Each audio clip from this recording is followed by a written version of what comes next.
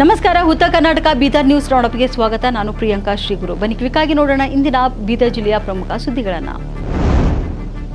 ಬೀದರ್ ಜಿಲ್ಲೆಯ ಕಮಲ್ ನಗರ್ ಮತ್ತು ಭಾಲ್ಕಿ ತಾಲೂಕಿನ ಮೀನುಗಾರಿಕೆ ಇಲಾಖೆಯಿಂದ 2025 ಹಾಗೂ 26ನೇ ಸಾಲಿನ ಪ್ರಧಾನಮಂತ್ರಿ ಮತ್ಸ್ಯ ಸಂಪದ ಯೋಜನೆಯ ಧರ್ತಿ ಆಭಾ ಜನ ಜಾತಿಯ ಗ್ರಾಮ ಉತ್ಕರ್ಷ ಅಭಿಯಾನದಡಿ ಅರ್ಜಿ ಆಹ್ವಾನಿಸಲಾಗಿದೆ ಎಂದು ಸಂತಪುರ್ ಮೀನುಗಾರಿಕೆ ಸಹಾಯಕ ನಿರ್ದೇಶಕರು ಪ್ರಕಟಣೆಯಲ್ಲಿ ತಿಳಿಸಿದ್ದಾರೆ.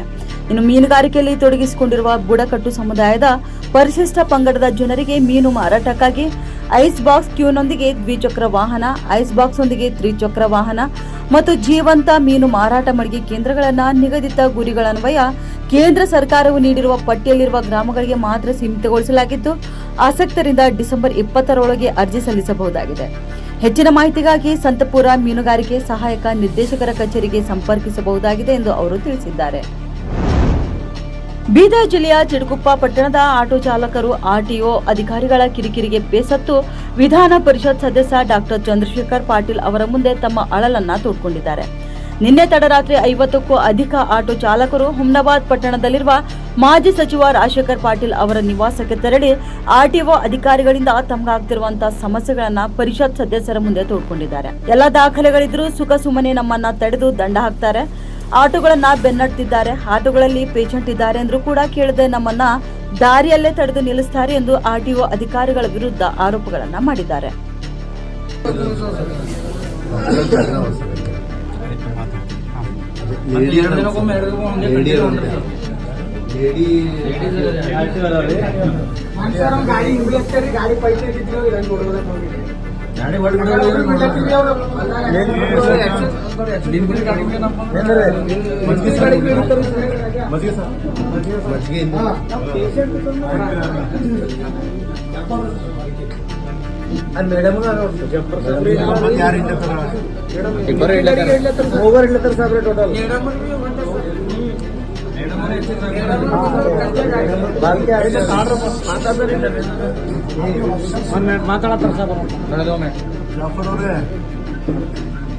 ಹಲೋ ಜಾಫರ್, ಹಮಾರ ಚುರುಪದಲ್ಲಿ ಎಲ್ಲ ಆಟೋ ಚಾಲಕರೆಲ್ಲ ಬಂದಾರ. ಹೈಕೋರ್ಟ್ ಆದೇಶ ಹೊಸದಾಗಿ ರಚನೆಯಾದ ಹುಲ್ಸೂರು ತಾಲೂಕಿಗೆ ಭಾಲ್ಕಿ ತಾಲೂಕಿನ 16 ಹಳ್ಳಿ ಸೇರ್ಪಡೆ ಈಗ ಸನ್ನಿಹಿತವಾಗಿದೆ. ಸಾಮಾಜಿಕ ಹೋರಾಟಗಾರ ಗುರುನಾಥ್ ವಡ್ಡೆ ಅವರು ಈ ಸಂಬಂಧ ಹೈಕೋರ್ಟ್ನಲ್ಲಿ ಸಾರ್ವಜನಿಕ ಹಿತಾಸಕ್ತಿ ಅರ್ಜಿ ಸಲ್ಲಿಸಿ ನಡೆಸಿದ ನ್ಯಾಯಿಕ ಸಮರ ಫಲ ನೀಡಿದೆ. ಇನ್ನು 2023ರ ಫೆಬ್ರವರಿ 3ರಂದು ರಾಜ್ಯ ಸರ್ಕಾರದ ಗೆಜೆಟ್ ನೋಟಿಫಿಕೇಶನ್ನಲ್ಲಿ ಭಾಲ್ಕಿ ತಾಲೂಕಿನ ಸಾಯಂಗಾವ್ ಕ್ಷೇತ್ರದಲ್ಲಿನ 16 ಗ್ರಾಮಗಳು ಹುಲ್ಸೂರು ತಾಲೂಕಿಗೆ ಸೇರ್ಪಡೆ ಮಾಡಲು ಆದೇಶ ಹೊರಡಿಸಲಾಗಿದೆ. ಆದರೆ ಕಾರಣಾಂತರಗಳಿಂದ ಕಾರ್ಯಗತವಾಗದೆ ವಿವಾದ ಸೃಷ್ಟಿಸಿತ್ತು.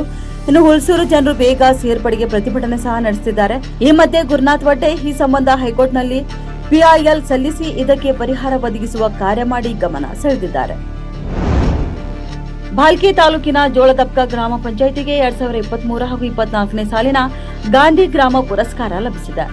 ಬೆಂಗಳೂರಿನ ವಿಧಾನಸೌಧದ ಬ್ಯಾಂಕ್ವೆಟ್ ಹಾಲ್ನಲ್ಲಿ ಗ್ರಾಮೀಣಾಭಿವೃದ್ಧಿ ಮತ್ತು ಪಂಚಾಯತ್ ರಾಜ್ ಇಲಾಖೆ ಸಚಿವ ಪ್ರಿಯಾಂಕ್ ಖರ್ಗೆ ಜೋಳದಪ್ಕ ಗ್ರಾಮ ಪಂಚಾಯಿತಿಗೆ ಗಾಂಧಿ ಪುರಸ್ಕಾರ ನೀಡಿ ಗೌರವಿಸಿದರು.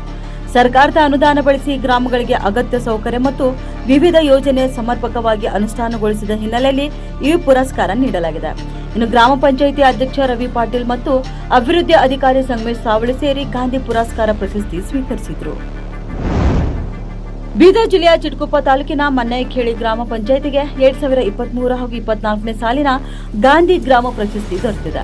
ವಿಧಾನಸೌಧದ ಬ್ಯಾಂಕ್ವೆಟ್ ಹಾಲ್ನಲ್ಲಿ ನಡೆದ ಕಾರ್ಯಕ್ರಮದಲ್ಲಿ ಪಂಚಾಯತ್ ರಾಜ್ಯ ಹಾಗೂ ಗ್ರಾಮೀಣಾಭಿವೃದ್ಧಿ ಇಲಾಖೆ ಸಚಿವ ಪ್ರಿಯಾಂಕ್ ಖರ್ಗೆ ಅವರಿಂದ ಗ್ರಾಮ ಪಂಚಾಯಿತಿ ಅಧ್ಯಕ್ಷ ರಾಜ್ಕುಮಾರ್ ಅಗಸಿ ಹಾಗೂ ಪಂಚಾಯಿತಿ ಅಭಿವೃದ್ಧಿ ಅಧಿಕಾರಿ ಭಾಗ್ಯಜ್ಯೋತಿ ಪ್ರಶಸ್ತಿಯನ್ನು ಸ್ವೀಕರಿಸಿದರು.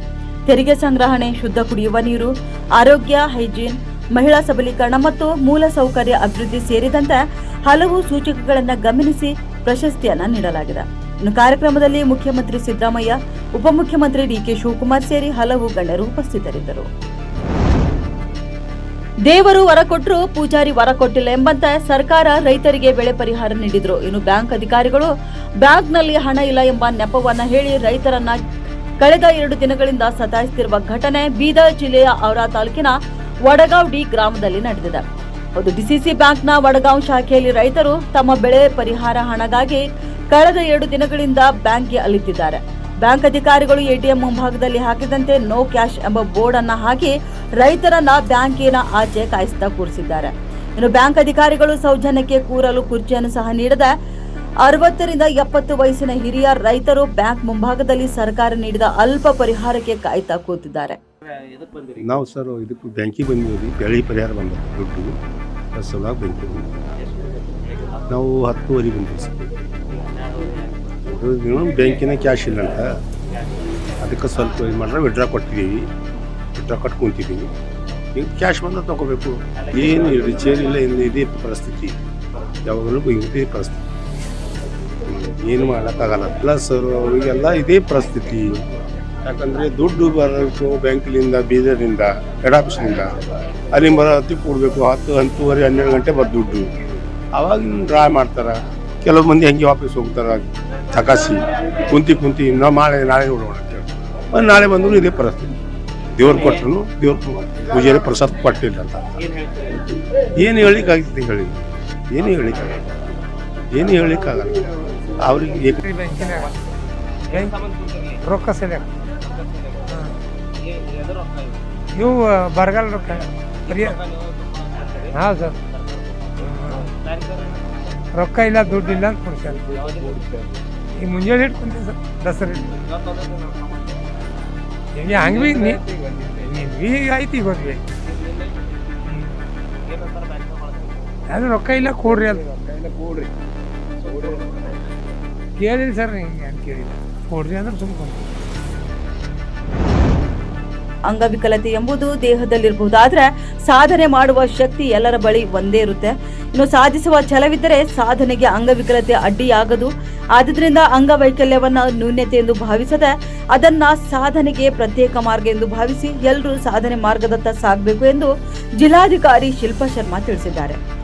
ಅವರು ಬುಧವಾರ ಜಿಲ್ಲಾಡಳಿತ, ಜಿಲ್ಲಾ ಪಂಚಾಯತ್, ಮಹಿಳಾ ಮತ್ತು ಮಕ್ಕಳ ಅಭಿವೃದ್ಧಿ ಇಲಾಖೆ ಸೇರಿದಂತೆ ಜಿಲ್ಲಾ ವಿಕಲಚೇತನರ ಹಾಗೂ ಹಿರಿಯ ನಾಗರಿಕರ ಸಬಲೀಕರಣ ಇಲಾಖೆ, ಯುವ ಸಬಲೀಕರಣ ಮತ್ತು ಕ್ರೀಡಾ ಇಲಾಖೆ, ಎಂಆರ್ಡಬ್ಲ್ಯೂ, ವಿಆರ್ಡಬ್ಲ್ಯೂ, ಯುಆರ್ಡಬ್ಲ್ಯೂ ಹಾಗೂ ಜಿಲ್ಲೆಯಲ್ಲಿ ವಿಕಲಚೇತನರ ಕ್ಷೇತ್ರದಲ್ಲಿ ಸೇವೆ ಸಲ್ಲಿಸುತ್ತಿರುವ ಸ್ವಯಂ ಸೇವಾ ಸಂಘ ಸಂಸ್ಥೆಗಳ ಸಂಯುಕ್ತಾಶ್ರಯದಲ್ಲಿ ಆಯೋಜಿಸಿದ ವಿಕಲಚೇತನರ ದಿನಾಚರಣೆ 2025 ಕಾರ್ಯಕ್ರಮವನ್ನು ಉದ್ಘಾಟಿಸಿ ಅವರು ಮಾತನಾಡಿದ್ದಾರೆ. ಜಿಲ್ಲಾಧಿಕಾರಿಗಳಾದ ಶಿಲ್ಪಾ ಶರ್ಮಾ ಅವರಿಂದು ಹೊಸದಾಗಿ ನಿರ್ಮಾಣವಾಗುತ್ತಿರುವಂತಹ ಪ್ರಜಾಸೌಧ ಜಿಲ್ಲಾ ಆಡಳಿತ ಕೇಂದ್ರ ಬೀದರ್ ಸ್ಥಳಕ್ಕೆ ಭೇಟಿ ನೀಡಿ ಪರಿಶೀಲನೆ ನಡೆಸಿದ್ದಾರೆ. ಕಾಮಗಾರಿ ಗುಣಮಟ್ಟದಲ್ಲಿ ಮುಂದುವರಿಸುವಂತೆ ಕಾರ್ಯನಿರ್ವಾಹಕ ಇಂಜಿನಿಯರ್ ಶಿವಶಂಕರ್ ಕಾಮಶೆಟ್ಟಿ ಹಾಗೂ ಗುತ್ತಿಗೆದಾರರಾದ ಜೆಎಂ ಕನ್ಸ್ಟ್ರಕ್ಷನ್ ಇವರಿಗೆ ಜಿಲ್ಲಾಧಿಕಾರಿಗಳು ನಿರ್ದೇಶಿಸಿದರು. ಈ ಸಂದರ್ಭದಲ್ಲಿ ಬೀದರ್ ಮಹಾನಗರ ಪಾಲಿಕೆಯ ಆಯುಕ್ತರಾದ ಮುಕುಲ್ ಜೈನ್, ಸಹಾಯಕ ಆಯುಕ್ತರಾದ ಮೊಹಮ್ಮದ್ ಶಕೀಲ್ ಸೇರಿದಂತೆ ಇತರರು ಉಪಸ್ಥಿತರಿದ್ದರು. ಮಹಿಳೆಯರ ರಕ್ಷಣೆಗಾಗಿ ದೂರು ನಿವಾರಣಾ ಸಮಿತಿ ರಚನೆ ಕೆಲಸ ನಿರ್ವಹಿಸುತ್ತಿರುವ ಸ್ಥಳಗಳಲ್ಲಿ ಮಹಿಳೆಯರಿಗೆ ರಕ್ಷಣೆ ಹಾಗೂ ಭದ್ರತೆ ಕಲ್ಪಿಸುವಂತಹ ವಾತಾವರಣ ರೂಪಿಸುವ ಸಲುವಾಗಿ ಜಿಲ್ಲೆಯಲ್ಲಿ ಸ್ಥಳೀಯ ದೂರು ನಿವಾರಣಾ ಎಲ್ಸಿಸಿ ಸಮಿತಿ ರಚನೆಯಾಗಿದ್ದು, ಇಂತಹ ದೌರ್ಜನ್ಯ ಉಂಟಾದಲ್ಲಿ ಜಿಲ್ಲಾಧಿಕಾರಿಗಳ ಕಚೇರಿಯಲ್ಲಿ ರಚನೆಯಾಗಿರುವ ಎಲ್ಸಿಸಿ ಸ್ಥಳೀಯ ದೂರು ನಿವಾರಣಾ ಸಮಿತಿಗೆ ದೂರು ಸಲ್ಲಿಸಬೇಕೆಂದು ಜಿಲ್ಲಾಧಿಕಾರಿ ಶಿಲ್ಪಾ ಶರ್ಮಾ ಅವರು ಪ್ರಕಟಣೆಯಲ್ಲಿ ತಿಳಿಸಿದ್ದಾರೆ.